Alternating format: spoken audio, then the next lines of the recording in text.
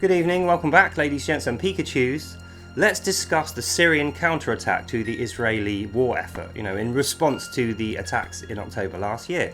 So as we went through, we read through the Ezekiel prophecy made in the 13th century AD, so almost 2,000 years ago. And in Ezekiel's vision, he sees 4 living creatures, which are the shape of 4 attack helicopters, flying in the cover of night, early morning, from the Syrian desert, over the top of the Golan Heights, and then firing its payload at Israel in an attempt to destroy Israel. And having looked at the technical specifications, the military prowess of these helicopters, I was filled with a kind of dread, because even though the biblical prophecy is that Israel will survive this attack and see a victory, it does say half the city will be destroyed and ransacked. Now, it's not the biggest place ever, it hasn't got the greatest numbers in population. So that means half of its population will be destroyed and half of the city will be destroyed. And this will signal the beginning of the open jihad that I have been warning people about for nearly 2 years now. So how I think this is going to happen is the initial wave of attack is going to be 4 of these helicopters, and that's a diversion. That is to get Israel's attention so that they scramble their forces in that direction, because obviously they haven't got the biggest army and they've just come back from a big conflict in Syria and Iran, defending themselves from Hamas and Hezbollah.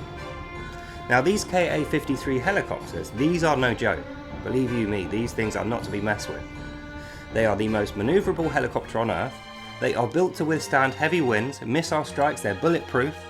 They can withstand a ground assault, and they can even land when both engines are disabled and the tail rotor is destroyed.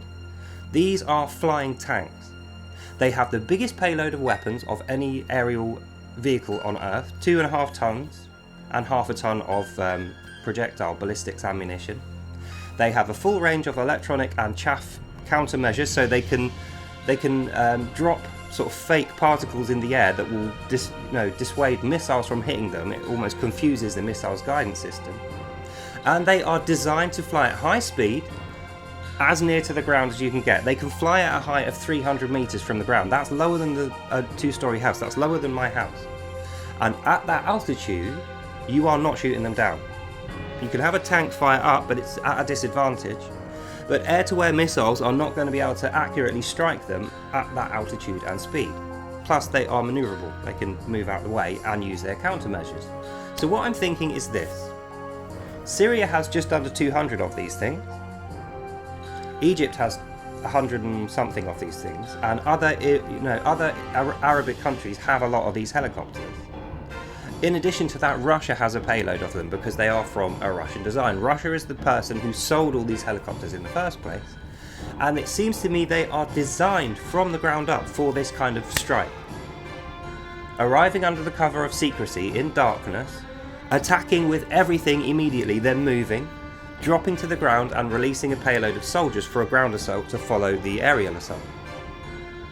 And unfortunately for Israel, if enough of these things were to surround Israel, attack from stealth all at once, then drop ground troops on the ground and then move into attack on the ground, the situation would be, it doesn't even bear mentioning, it would be bad for Israel. Like, they would, according to the biblical prophecy, they will survive this, but half of their population and cities will be completely obliterated. And this will signal the beginning of the open jihad across the world. All the Muslims in every other country will rise up and they will answer the call as slaves of Allah, willing slaves of Allah, to then war against the non-believers. This big jihad that they've been denying this whole time, which is described in their Quran and in Reliance of the Traveller. So what can be done about this? Well, for a start, I really hope that Israel's Air Force and military are keyed into this. This is a direct threat to them. And this is like not even, when I looked at the actual technical specifications for these helicopters, bearing in mind that I judged that this is what they will use from biblical prophecy, so I think this is 100% accurate. These helicopters are perfect for this kind of strike. They are already virtually in range. Israel is already surrounded by its enemies, and these things are Russian in design, and we know Russia are good at this kind of stealth warfare, this trickery type warfare.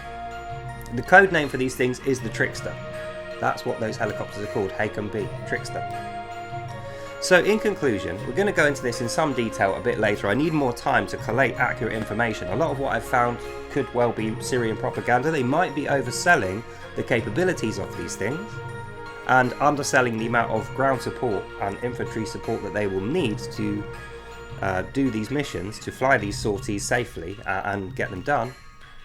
But make no mistake about it, by March next year we will know whether this jihad is going to successfully destroy Israel or not. I think not. I think they will suffer heavy damages. The death toll is going to be huge. It's going to be a tragedy.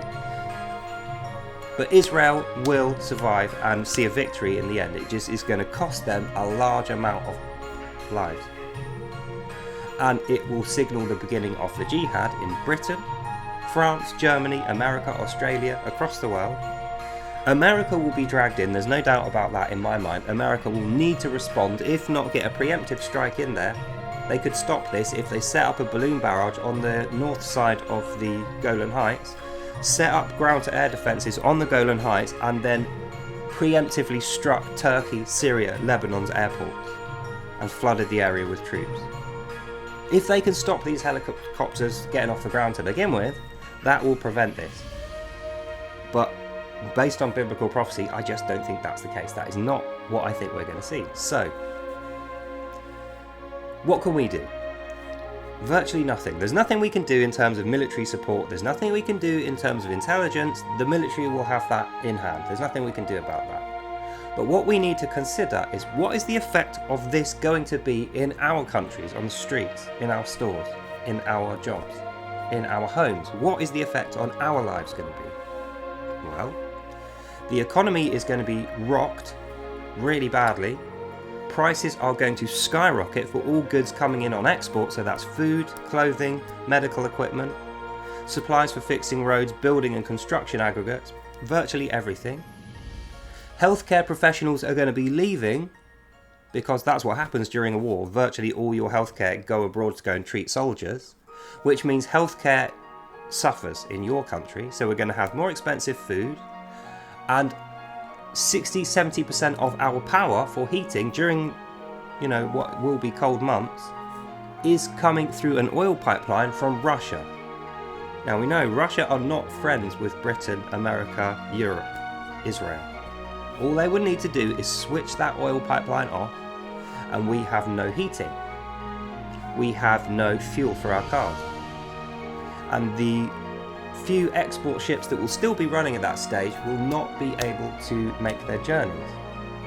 So society could suffer a standstill, even just a temporary one, and this will cause rising crime rates and panic within the government during the time when the jihad might well be kicking off. So we will be at a massive disadvantage here.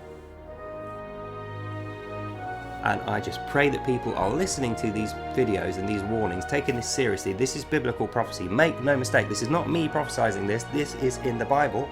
And as we can see, the lead up to this over the last 2 years, politically, socially, is pointing to this happening. They have been threatening this. Syria are openly saying they are wanting to do this. Egypt and Syria are allied, though they don't like to talk about it. And Russia have been supplying them these Ka-53 helicopters with a full range of armaments, ground crews, training and fueling. And so I believe this is what we're going to see in March next year. So get yourself ready.